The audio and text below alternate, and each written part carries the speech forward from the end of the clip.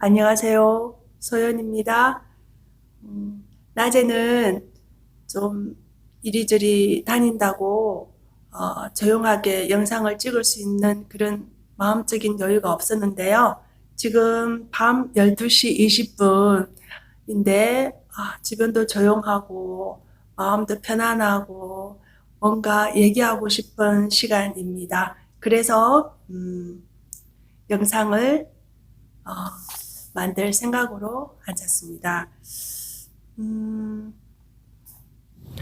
네, 제가 알고 있는 지인분 중에 그 아드님이 자폐증인 분이 계십니다. 나이는 30세 이후인 것 같고요. 본인은 참 왜 그런 자폐증이 생겼는지 본인은 모르겠다고 얘기를 벌써 들었는데 저도 그 부분에 있어서 정말 궁금했었어요.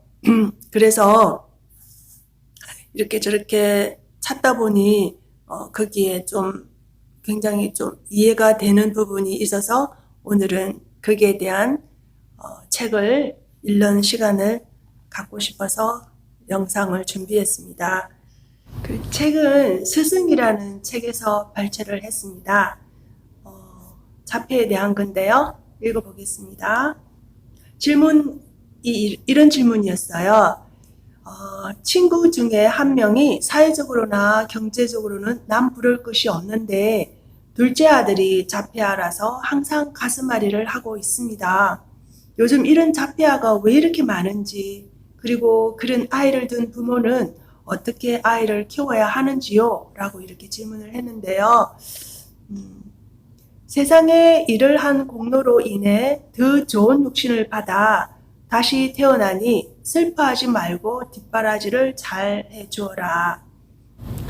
지금 자폐의 정확한 의미를 모른 채 어디까지가 원만하지 않으면 자폐다라고 정해놓은 것은 지식인들이 구별해 놓은 사회적 잣대에 의해 사람들이 따라가 그렇게 된 것이다. 자폐를 말 그대로 부르보면 자기 안에 갇혀 한쪽으로 치우친 것을 말한다. 그래서 어떤 식으로 치우쳤느냐에 따라 자폐를 분별하면 된다. 자폐를 가진 사람들에게는 특징이 있다. 어떤 한 가지는 매우 잘한다. 그런데 다른 것에는 굉장히 이해력이 떨어진다. 그래서 소화를 못한다. 이 원인이 무엇이냐? 어떤 회로 하나를 살려놓고 다른 것은 멈추게 해놓았기 때문이다. 그래서 한 분야만 뛰어나게 잘하는 사람들은 자폐일 가능성이 높다. 그러나 세상에서 말하는 자폐는 이 부분을 빼놓고 있다. 자폐에도 선천적인 자폐가 있고 후천적인 자폐가 있다. 만약 어린아이가 자폐다. 이것은 태어날 때부터 가지고 온 선천적인 자폐이다. 그런 아이들은 오래 살지 못한다. 왜? 자기 역할을 하러 온 그 시기에 그 역할을 다 하면 미련 없이 가기 때문이다. 이러한 선천적인 자폐에도 두 가지가 있다. 유전이나 뇌의 문제로 인해 자폐가 되는 경우가 있고 인간에게 신이 들어와서 자폐가 되는 경우가 있다.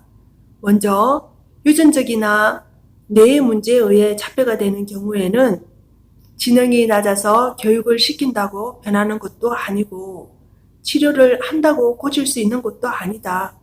이런 아이들은 사회적으로 어떤 역할을 하기 위해 오기보다는 그 집안의 부모나 주위 사람들을 공부시키고 깨우치게 하기 위해 오는 것이다.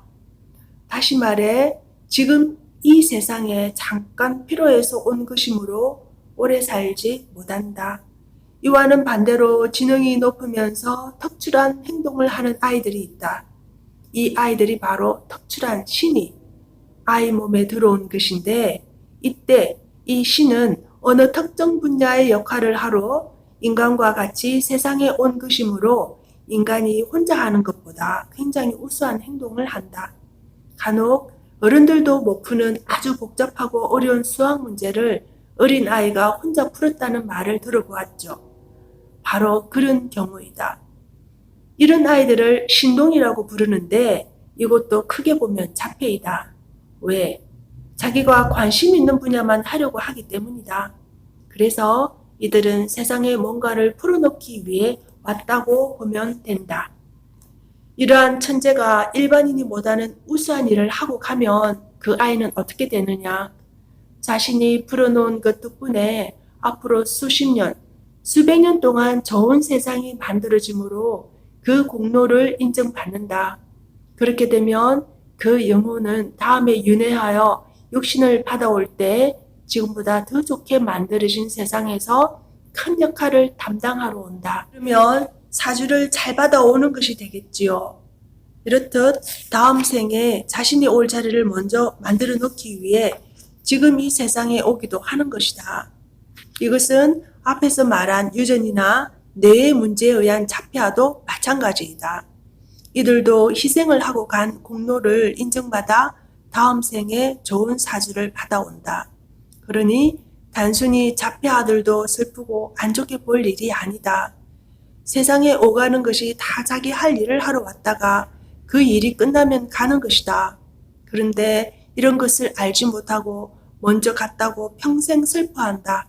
우리의 잣대, 우리의 기준으로만 자꾸 생각을 하다 보니 올바른 분별을 하지 못하는 것이다.